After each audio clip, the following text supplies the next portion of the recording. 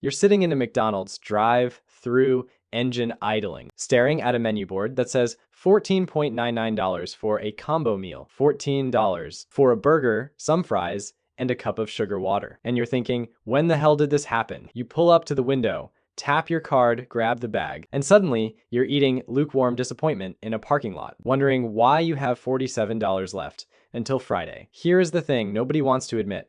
You're not bad with money. You're just spending it on garbage that isn't worth a damn anymore. And the scariest part, you don't even realize you're doing it. My name is Pa, and I spend way too much time doing the math that corporations pray you never do. If you're tired of feeling broke while making decent money, subscribe and hit that like button, because what I'm about to break down is going to piss you off in a good way. Let's start with the obvious one that everyone keeps ignoring. Fast food is a scam. Now, I said it. The entire value proposition of fast food, quick, cheap, convenient, has completely collapsed. The cheap part is gone, dead, buried. You are paying $12, $15, sometimes $18 for a meal that used to cost $5. That is not an exaggeration. That is not fuzzy memory. Pull up your receipts.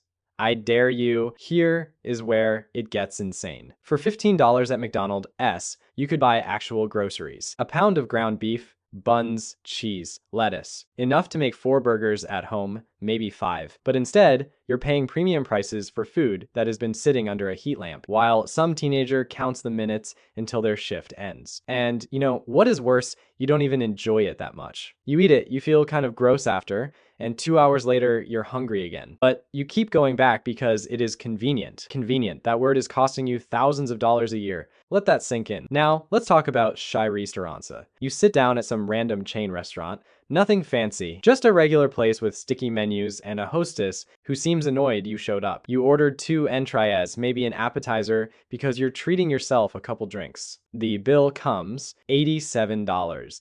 Before tip, you add 20% because you are not a monster, and suddenly you've spent $105 on a Tuesday night dinner that you'll forget about by Thursday. Do this twice a week, which a lot of you are doing. Don't lie, and that is $840 a month. Over $10,000 a year on food you could have made at home for a fifth of the price. But here is the psychology nobody talks about. You're not paying for the food, you're paying to not cook. You're paying to not do dishes. You're paying for the illusion that your life is put together enough, that you can afford to eat out regularly. Except you can't, and deep down, you know, that new cars signed, oh boy. Here we go. This one drives me absolutely insane because the math is so obvious a 5th grader could do it. And yet grown adults with college degrees keep falling for it. You buy a $40,000 car, which is average now, by the way, average. And the moment you drive it off the lot, it is worth $32,000. You haven't even gotten home yet and you lost $8,000, gone, evaporated. That is not depreciation. That is robbery in slow motion. Then you spend the next 5 years making payments on something that is worth less every single month. You're paying interest on an asset that is actively losing value. That is financially backwards. That is the opposite of building wealth. That is running on a treadmill, wondering why you're not getting anywhere. And why do people do this status, that new car smell? The feeling of sitting in something shiny that makes you feel like you've made it. Here is the truth. Nobody cares what you drive, nobody. The guy next to you at the red light isn't thinking about how successful you are. He is thinking about what he is going to eat for dinner. You're not impressing anyone. You're just broke with nice seats. A 3-year-old used car gets you to the same places, same highways, same parking spots, same destination. Someone else already took the depreciation hit. You get the car without the financial stupidity. But you don't want to hear that. You've convinced yourself you deserve a new car. You work hard. Fine. Keep working hard for the next 5 years to pay for a vehicle that is worth half what you owe on it. Designer clothing is the biggest joke in consumer culture. Let me explain something. A plain white t-shirt costs about $8 to make. The cotton, the labor, the shipping, about $8. You can buy that t-shirt at Target for $12. Or you can buy essentially the same t-shirt with a little logo on it from a luxury brand for $350. Same cotton, same stitching, same t-shirt. The only difference is a tiny logo that tells everyone, I am willing to pay 30 times more for validation from strangers. And here is the kicker. Nobody respects you more because of your shirt. The people who notice designer logos are either A, also insecure about their status, or B, silently judging you for wasting money. You're not buying quality. You are buying the ability to feel superior for about 45 minutes until the dopamine wears off and you need to buy something else. This is what marketers have figured out. They're not selling you clothes. They're selling you a feeling, a temporary fix for the insecurity that never actually goes away. Because, surprise, stuff doesn't fix insecurity. Character does, accomplishment does, financial security does. But a $400 hoodie, that is just an expensive bandage on a psychological wound. Vacations have become financial suicide missions. Remember, when you could take a trip without going into debt. Yeah, those days are over. Flights are up 40%. Hotels are charging resort fees, cleaning fees, we feel like it fees. And you're still booking that trip to wherever because everyone else is posting their vacation photos on Instagram. And you feel like a loser sitting at home. So you book it, you put $3,000 on a credit card. You have an okay time, not amazing, just okay, because you spent half the trip stressed about how much you're spending. Then you come home and spend the next 8 months paying it off with interest. You didn't buy a vacation. You bought debt with a sunset view. And here is what kills me. People say travel while you're young, like it is some profound wisdom. You know, what is also important while you're young? Not being financially screwed, building a foundation, having money actually working for you instead of paying off trips you barely remember. You can travel later when you can actually afford it, when it doesn't put you in a hole, but that requires patience. And patience isn't Instagrammable. Subscriptions are bleeding you dry. Netflix, Hulu, Disney, HBO Max, Apple TV, Amazon Prime, Paramount, Spotify. That meditation app you used twice. Add it up. Seriously? Go look at your bank statement and add it up. For most people, it is $80, $90, sometimes over $100 a month for content you mostly don't watch, for apps you forgot you had. That is $1,200 a year,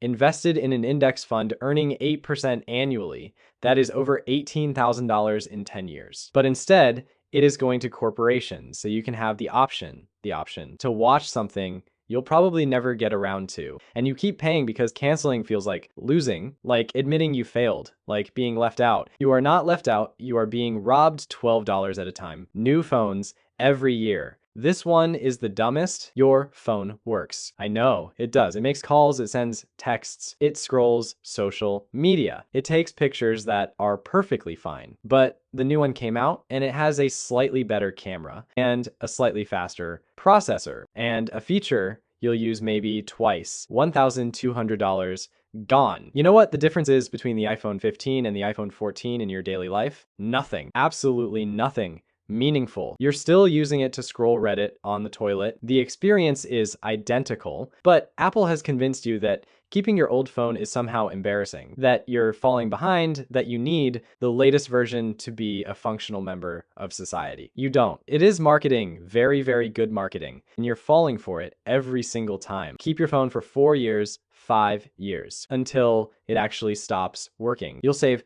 thousands that could be invested, thousands that could be building your future instead of padding Apple's quarterly earnings. Thigh household stuff nobody needs. That $400 Vitamix collecting dust on your counter. The bread maker you used once. The pasta attachment for the kitchen and you swore you'd use every week. You don't need expensive kitchen stuff. A $20 blender from Target does the same thing for 90% of people. But you bought the fancy one because you watched some YouTube video that convinced you it would change your life. It didn't. It just took up space and took money out of your account. And furniture. People are financing couches now, financing them, paying interest on a couch that'll be stained and worn out in 4 years. You can buy perfectly good furniture secondhand. Thrift stores, Facebook Marketplace, estate sales. But no, you want the matching set from the expensive store, so your living room looks like a catalog. Guess what? Nobody cares about your living room either. The real problem is SUDI status spending. All of this, the cars, the clothes, the vacations, the gadgets, it is not about the stuff. It is about what you think the stuff says about you. You're not buying transportation. You're buying a billboard that says, I'm successful. You're not buying clothes. You're buying a costume for the character you're pretending to be. You're not buying experiences. You're buying content for a highlight reel. Nobody's actually watching. And the cruelest irony, actually, wealthy people don't do this. They drive boring cars They wear normal clothes. They invest their money instead of spending it on performances. The people doing all the status spending, they're broke, they're in debt, they're stressed, but they've got the nice watch, so everyone thinks they're doing great. It is all fake, every bit of it.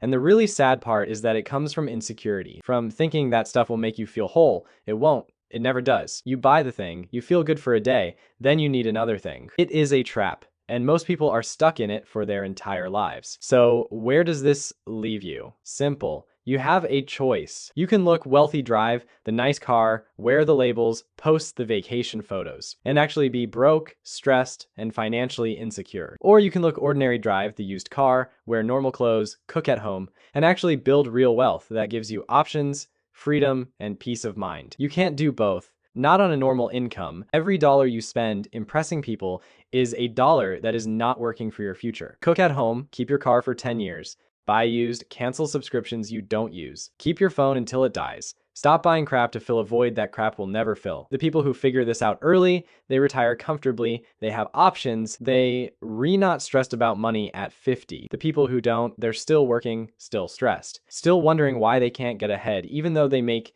decent money. This is why right here, all these little expenses that feel reasonable in the moment, but add up to tens of thousands of dollars every year, just disappearing into stuff that doesn't matter. Track your spending for 1 month, just one, you'll be horrified. And then maybe you'll stop participating in your own financial destruction. Buy the boring car, wear the normal clothes, keep your old phone, cook dinner at home. Build actual wealth instead of performing it for an audience that isn't watching. That is the whole game. And most people lose because they never realize they're playing.